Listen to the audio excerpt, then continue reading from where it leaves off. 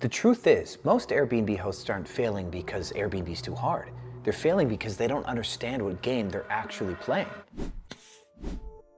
You see, Airbnb has a critical flaw, and it spells disaster for any host who gets started the traditional way that Airbnb wants most hosts to start. The platform was designed to make things simple, but that simplicity is a trap. Airbnb accidentally created a skill mismatch between getting started and going the distance on Airbnb. And why, you might ask? Well, they have growth expectations. They have to make becoming a host the easiest thing on the planet. Easy to start, hard to sustain. That's the mismatch.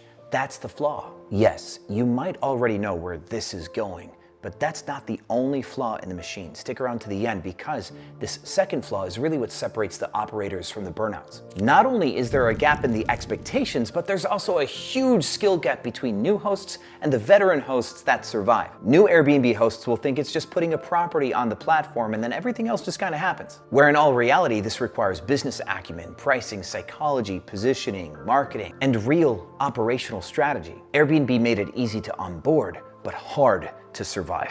But here's the second flaw, and it's even bigger. New hosts are completely wrong about what actually makes money on Airbnb. Airbnb's onboarding path subtly suggests just put a listing, any listing on Airbnb, and the guests will come. But that's marketing by omission at the very least, and it's absolutely leading 90% of hosts to burnout. They're not told that they'll be competing with other hosts and with hotels. That is not in the welcome email. That is something you absolutely learn the hard way, or by being here. Thanks for watching this channel. So let's break this video down into 4 parts. How Airbnb actually makes money, why this skills gap actually works in your favor, what to do next to keep winning while everyone else just keeps dropping off, and 4, why actually Airbnb's easy and it will always be easy. And spoiler, if you're watching this video, you're already ahead of the curve. Congratulations. Airbnb makes new hosts believe that what makes money is having a place to sleep. They're like, well, you're traveling, put your home up on Airbnb because you're gonna be gone anyway.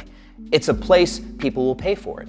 But there's empty Airbnbs and empty hotels around the world. Airbnb has an average occupancy of 11%, and every single property, including the 89% empty ones, have beds in them. So clearly, heads in beds is not what makes money on Airbnb.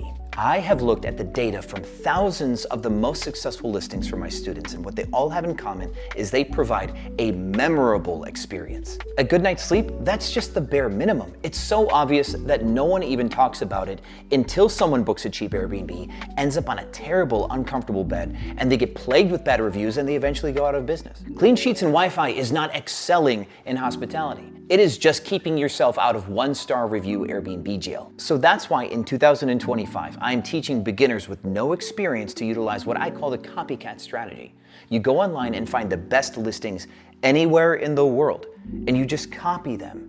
All the furniture, all the amenities, the colors, the design, the location. You're not stealing, you're just syncing with what the Airbnb algorithm already says that they prefer and that they want to sell. And even if you're already hosting, it's not too late to pivot and use this. You can completely renovate your property, or you can pick up another property and use the copycat technique. Just copy the best in show. And like 60% of the time, it works every time. I'm joking, it works way more than 60% of the time. I'll bet my bus on that. Now, the real reason why the skill gap works in your favor is what I like to call the pit of despair. And it's straight out of the Dunning-Kruger curve, or out of the movie The Princess Bride. New hosts feel amazing after their first booking, and they think that they're a natural, that they cracked the code. But they don't realize they're on Airbnb's training wheels, the 1-month new listing boost. And what's more is most hosts start somewhere near peak season because of the way Airbnb does their marketing and word of mouth. Almost nobody starts a listing going into the slowest 2 months of the year. So they think, wow, this is cool, so easy, I'm a boss, just long enough that they start to solidify what they think that they know and they become less open-minded. This newfound inability to change has a science name. It's called cognitive entrenchment. And yes, we've all been there. You're stubborn too, somewhere. I know you are, I know I am. But then reality hits. The bookings stop. They never realize that prices should change in seasons, that their photos suck, that their offering is not valuable, mid at best, and that the whole time Airbnb gave them a false sense of confidence with an algorithm boost. Before they could ever build the skills of an actual business owner, they are already hemorrhaging way too much money. And the worst part, it's easy to retreat. Short-term rentals use real estate. They can just toss their property back into a pile of long-term rentals. So the bar to get in is low, and the bar to get out is lower. And this is where it really gets good, my friends. This affects equilibrium in the most amazing way. Every business has equilibrium in supply and demand. There's enough sellers, there's enough buyers, they fluctuate sometimes, but on average, there will be an equilibrium. Sometimes during the Super Bowl, there will be a spike of buyers in a city for restaurants, Airbnbs, and the like. And then in winter season, there will be no tourists. But at the end of the day, it all comes to an equilibrium. In most other industries, the supplier side of equilibrium are real companies. Verizon, Sprint, AT&T, Cricket Wireless, all of these companies are real players in the game. But that's not true with Airbnb. Most listings in your area, amateur. Most hosts, underprepared. And most of them will absolutely quit when slow season hits. That's not a bug, that's a feature. It creates a constant flushing out of amateurs that favors the pros. It keeps amateurs in the equilibrium. Imagine Airbnb's more like a poker game. If everybody at the table was a pro, you'd have to fight for every dollar. That would be a scary game to play. But if half the table is a bunch of rookies that don't even know the rules, you are gonna clean up every time. In all seriousness, we do not want a market that is saturated with professionals. We want that fresh supply. We want that chum. Even if a market is oversaturated and you hear people complain on social media, the complainers are losers. And because they are losers, this game is beatable. So plot twist, number 3, you actually don't have to do anything to adjust to make the most money and to stay in the game. All you have to do is have a steady drumbeat forward of innovation. Every market will get a little bit more elegant, and every year there will be a little bit more professional supply. But even in industries where everyone's a pro, people burn out.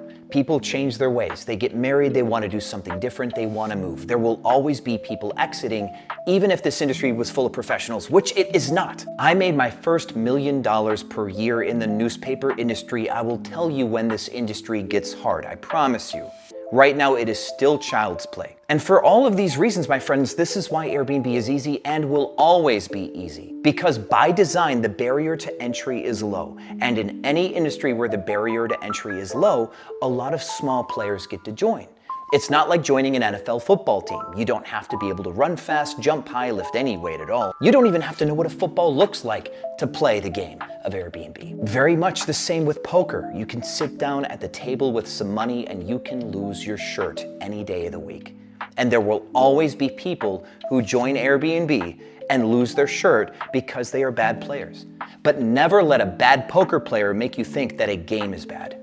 Because the bad poker player is what makes the game good. Bad Airbnb hosts is what makes this game so good. And when they quit, we get more bookings, temporarily less competition, and sometimes we even get to buy them out, furniture and all. When Stay Alfred went out of business with nearly 3,000 doors, yes, the majority of those got eaten up by hosts like myself, my students, my friends. We received hundreds of thousands of dollars of free furniture. So believe me, your growth strategy could be let people quit and either buy them out or wait for the landlord to call you and say, hey, you want some free furniture? And if you want to start or scale an Airbnb business the right way, just hit that subscribe button. Welcome to the movement. And if you feel inspired to continue your competitive journey, watch this video next. It'll make your listing an absolute banner.